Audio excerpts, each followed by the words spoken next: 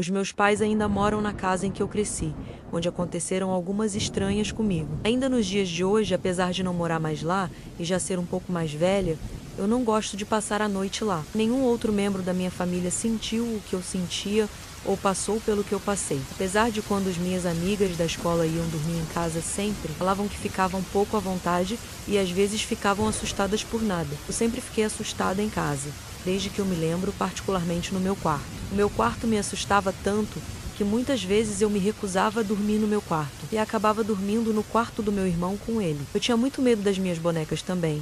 Eu geralmente guardava elas no guarda-roupas ou colocava elas com o rosto virado para a parede, porque parecia que sempre que eu estava no meu quarto, elas ficavam me observando. Eu não tinha esses problemas em nenhum outro quarto da casa e dormia bem confortável. Numa boa nos outros quartos, ou se alguém dormisse comigo. Eu também não tinha problemas para dormir se eu não dormisse em casa. Os meus pais falam que mesmo quando eu era bebê, eu só dormia no meu quarto se alguém dormisse comigo. Eu ainda sinto medo quando eu entro no meu velho quarto e ainda não consigo dormir lá direito.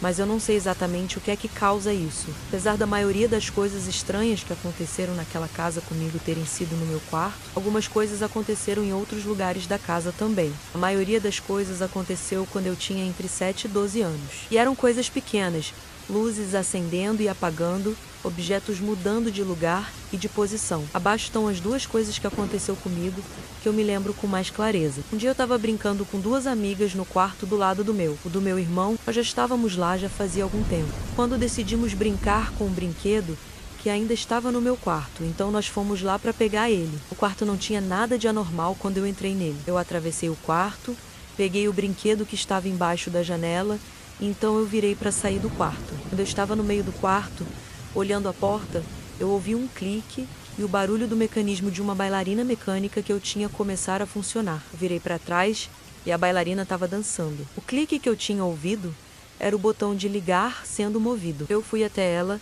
e desliguei.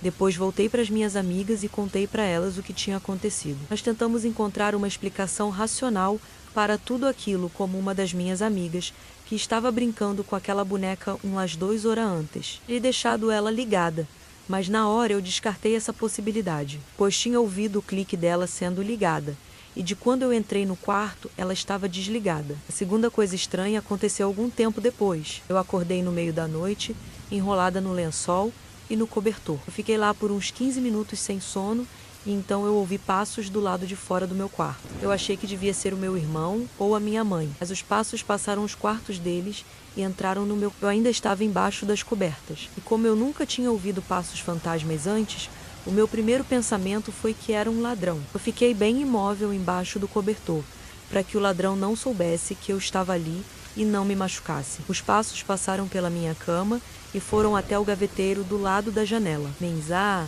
Então eu ouvi o barulho de uma das gavetas abrir e fechar bem rápido umas 5 vezes. Eu sabia que era a mesma gaveta porque foi uma gaveta que era um pouco grande para os apoios dela. E por isso ela sempre rangia quando abria e fechava. Eu achei estranho um ladrão ver só um gaveta várias vezes, mas eu ainda estava convencida de que era um ladrão. Então não me movi ou olhei por debaixo do cobertor. Os passos então passaram pela minha cama, saíram do meu quarto, desceram pelo corredor e pareceram sair da casa. Apesar de eu não ter ouvido nenhuma porta abrir ou fechar, eu esperei por uma meia hora para ter certeza de que o ladrão tivesse saído. E saí correndo para o quarto da minha mãe falar para ela que tínhamos sido roubados. A minha mãe foi ver se o meu irmão estava bem e foi ver o resto da casa. Ela acabou não encontrando nenhum sinal de que alguém tivesse entrado na casa ou roubado algo. Todas as janelas e portas estavam fechadas e trancadas.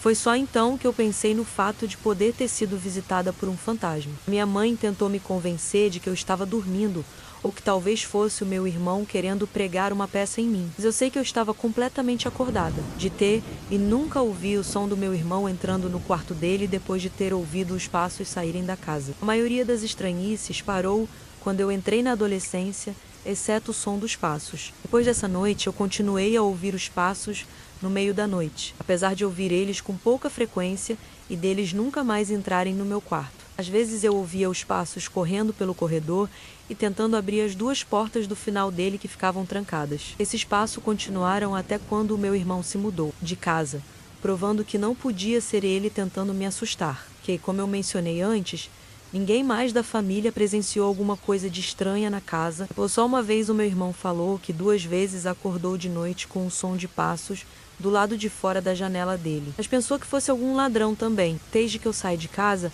eu já morei em 2 casas diferentes. E até agora nada de estranho me aconteceu. Mas aquela sensação de ser observada no meu quarto ainda continua.